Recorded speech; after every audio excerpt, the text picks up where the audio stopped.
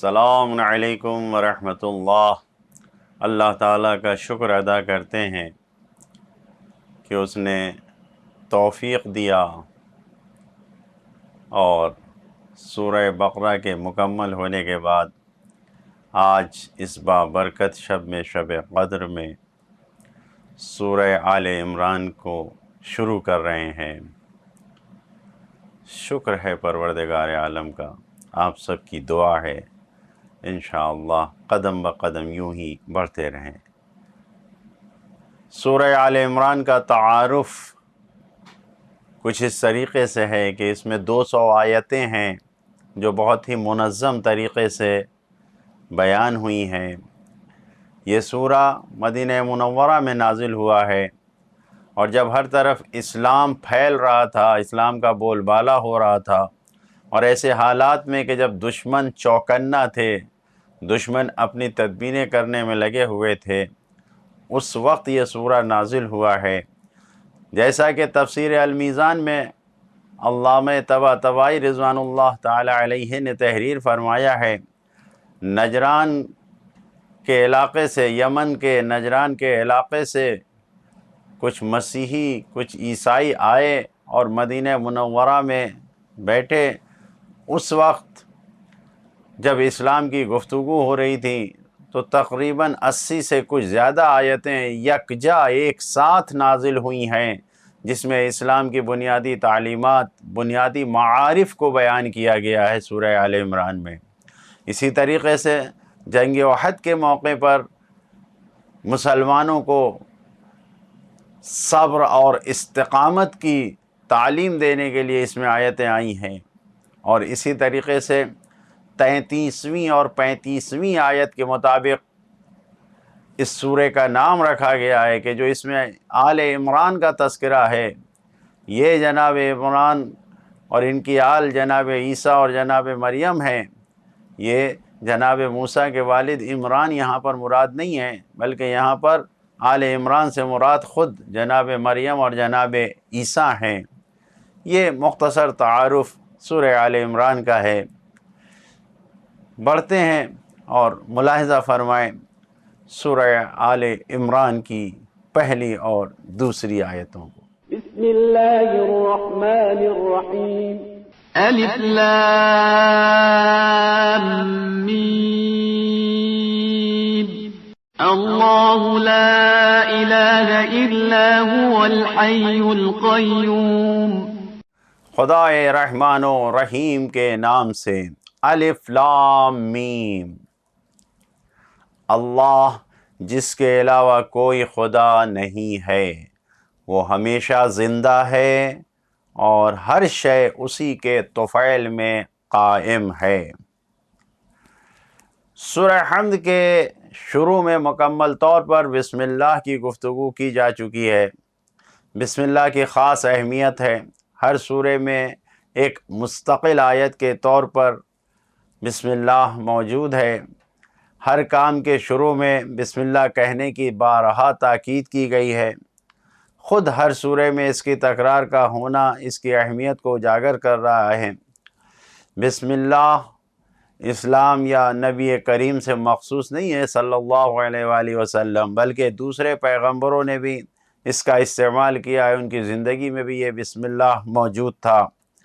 بسم اللہ میں جو حرف با آیا ہے، جو بائے بسم اللہ، معلوم ہے کہ جو کچھ قرآن مجید میں ہے وہ سورہ الحمد میں ہے، جو سورہ الحمد میں ہے وہ بسم اللہ الرحمن الرحیم میں ہے، اور جو بسم اللہ الرحمن الرحیم میں ہے وہ بائے بسم اللہ میں ہے، اور جو بائے بسم اللہ میں ہے وہ بے کے نقطے میں ہے، اور یقیناً سمندر مار رہا ہے، علم کا سمندر ہے کہ جو اس میں موجود ہے۔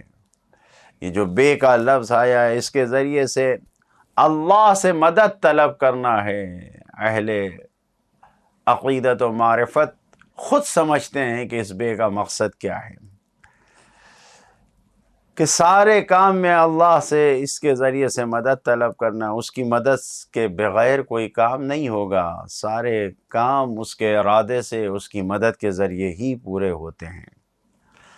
اللہ سے مدد کا مطلب ہے کہ ان کی اللہ کی تمام صفتوں سے مدد طلب کرنا ہے۔ رحمان و رحیم ہے وہ، ہماری ساری توجہ اس کی رحمت پر ہے، جس کی رحمت اس دنیا میں پھیلی ہوئی ہے۔ وہ اس دنیا میں ہر جگہ رحمت ہی رحمت ہے، جہاں دیکھو اللہ کی رحمت کا جلوہ ہے۔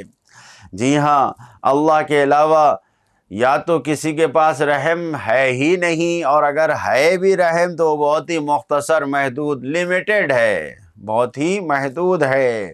کچھ خاص لوگوں پر رحم کر سکتے ہیں، کسی خاص زمانے کے مخصوص لوگوں پر، مخصوص قوم پر رحم کیا جا سکتا ہے، اور ایسے لوگوں کا رحم بالکل دانہ ڈالنے جیسا ہے، جیسے جانوروں کے سامنے دانہ ڈال کے انہیں اپنی طرف قریب کر لیا جاتا ہے، ان کو روکے رکھا جاتا ہے، ویسے ہی ہے یہ دنیا والوں کا رحم کرنا، کہ یہ رحم کے ذریعے ٹھہرے رہیں، یہ رحم کے ذریعے ان کے گرویدہ بنے رہیں۔ ورنہ اللہ کے رحم، اللہ کی رحمت چھائی ہوئی ہے، وسیع ہے، پھیلی ہوئی ہے، ہمیشہ ہمیشہ کے لیے دائمی ہے، یہ کبھی ختم ہونے والی نہیں ہے، سب تک یہ ہر طرف ہے، یہ دانہ ڈالنے جیسی نہیں ہے۔ ایسے رحمان و رحیم خدا سے مدد طلب کرنا ہے ہمیں۔ الف لام میم سورہ بقرہ کے شروع میں اس کی تفصیل بیان ہو چکی ہے۔ حروف مقطعات یہ راز الہی ہیں، البتہ اسی کے ذریعے پورا قرآن وحی کے ساتھ نازل ہوا ہے۔ کذالک یوحی، حامیم عین سین قاف، کذالک یوحی، ایسے ہی اس کتاب کی ہم یعنی انہی حروف سے ہم وحی نازل کرتے ہیں۔ الف لام میم کے بارے میں قول مشہور یہی ہے کہ اللہ اور پیغمبر کے درمیان کا یہ راز ہے۔ ہمارے امام فرزند رسول حضرت امام جعفر صادق علیہ السلام فرماتے ہیں کہ سورہ آل عمران میں جو الف لام میم آیا ہے، اس کا مطلب، جو اس کا راز ہے، جو اس کا رمز اور کوڈ ہے، وہ کیا ہے؟ انل، یعنی تفسیر نور الثقلین میں یہ روایت ہے کہ امام نے فرمایا انا اللہ المجید، میں خدا مجید ہوں، یہ الف لام میم سے مراد یہ ہے۔ پورا قرآن انہی حروف سے شکل پایا ہے، پورا قرآن انہی حروف سے وجود میں آیا ہے، اور پھر معجزہ بھی ہے۔ ہمت ہے تو اس معجزے کا جواب لے آؤ، حروف تو تمہارے سامنے بھی موجود ہیں، تو ان حروف سے قرآن جیسی کوئی کتاب بنا لو، ناممکن ہے۔ یہ معجزہ ہے، انہی حروف سے قرآن تشکیل پایا ہے، لیکن یہ معجزے کی شکل میں ہے۔ اللہ اپنی قدرت سے سب کچھ بناتا ہے، یہ خدا کی قدرت ہے کہ اس نے اس طریقے سے بنایا ہے۔ اللہ کی قدرت تو ایسی ہے کہ مٹی سے انسان کو بنا دیا اس نے، اور بندے مٹی سے اینٹیں بناتے ہیں، مٹی سے برتن بناتے ہیں، اس سے آگے تو بڑھ نہیں پاتے، تو بھلا کیا ان حروف سے قرآن جیسی کتاب کا جواب لے آئیں گے؟ الف لام میم یہ حروف مقطعات 6 سوروں کے شروع میں آئے ہیں، سورہ بقرہ، سورہ آل عمران، سورہ عنکبوت، سورہ روم، سورہ لقمان، سورہ سجدہ، یہ 6 سوروں میں الف لام میم آیا ہے، کہ جو خود ایک شان پروردگار ہے۔ یقیناً اللہ لا الہ الا هو الحی القیوم، اللہ یہ ایک ایسا لفظ ہے کہ جو سب سے زیادہ قرآن مجید میں آیا ہے، قدم قدم پہ لفظ اللہ موجود ہے، ہر جگہ لفظ اللہ موجود ہے۔ صاحبان ایمان کے نزدیک سب سے زیادہ استعمال ہونے والا لفظ اللہ ہے، اللہ ہر قدم پر ہے، لا الہ الا اللہ سے بہتر کوئی کلمہ نہیں ہے۔ واقعاً تمام قرآنی قصوں کی باز گشت اللہ پر ہے، جو بھی یعنی خود شروع سے آپ دیکھیے، یبعث اللہ غرابا، خدا بھیجتا ہے کوے کو تاکہ وہ سب کچھ ہدایت کرے۔ اگر جناب مریم درخت کھجور کو، درخت کو ہلا کے تازے رطب لے رہی ہیں تو کس کی بنا پر؟ اللہ تک ہر قصے کی، جناب یوسف کے قصے کو دیکھیں، جناب مریم کے قصے کو دیکھیں، جتنے بھی قصے ہیں، جناب موسیٰ کے قصے کو دیکھیں، سب کی بازگشت خدا تک ہے۔ سب خدا تک پہنچتا ہے۔ ایمان، اللہ پر ایمان رکھنا، خدا پر ایمان کہ لا الہ الا اللہ، کوئی معبود اس کے سوا ہے ہی نہیں، کوئی معبود اللہ کے علاوہ ہے ہی نہیں، سب کی بازگشت خدا تک ہے، سب خدا تک پہنچا ہوا ہے۔ قیوم، وہ ذات جو اپنے قائم رہنے میں کسی کی محتاج نہیں ہے، خود بخود قائم ہے، لیکن سب دوسرے اس کی ذات سے قائم ہیں۔ وہ سب کو قائم رکھتا ہے، سب کو وجود بخشتا ہے، سب اس کے طفیل میں وجود پاتے ہیں۔ اللہ تعالیٰ پیدا کرنے والا ہے، مکمل مہارت رکھتا ہے، سب سے بڑا اور اکیلا ہے وہ پیدا کرنے میں۔ وہ تمام مادی اسباب و ساز و سامان یہ جتنے بھی ہیں یہ سب ذریعہ بنتے ہیں کہ پیدائش کے لیے، ورنہ یہ سارے میٹیریل سے بنے ہوئے یہ مادی ساز و سامان یہ کچھ بھی نہیں کر سکتے، کیونکہ یہ سب خود قائم بذات نہیں ہے، یہ خود سے قائم نہیں ہے کہ یہ کچھ کر سکے۔ جتنے بھی دوسرے مخلوقات و موجودات ہیں وہ ایک بھی نہ علم ذاتی رکھتے ہیں، نہ حیات اور زندگی ان کی خود کی ہے، نہ ہی طاقت و قدرت ان کے پاس ہے، کچھ بھی نہیں ہے۔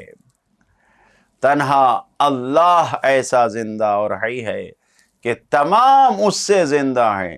جوشن کبیر، ملاحظہ فرمائیں 70 نمبر جو اس کا حصہ ہے، اس میں حی اور زندہ ہونے کے جو 10 معیار بیان کیے گئے ہیں، یا حیّن قبل کل حیّن، یا حیّن بعد کل حیّن، اے ایسا زندہ کہ جو سب زندوں سے پہلے ہے، اے ایسا زندہ جو سب زندوں کے بعد ہے،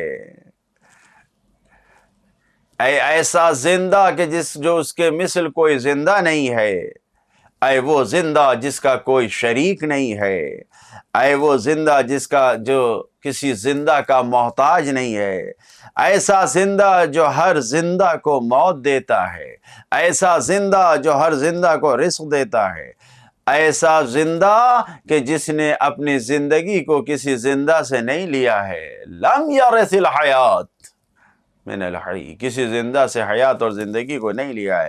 وہ ایسا زندہ ہے کہ جو مردوں کو زندہ کرتا ہے، وہ ایسا زندہ اور ایسا قائم ہے جو نہ اونگتا ہے نہ اسے نیند آتی ہے، ایسا زندہ ہے خداوند عالم، ایسا حی ہے خداوند عالم۔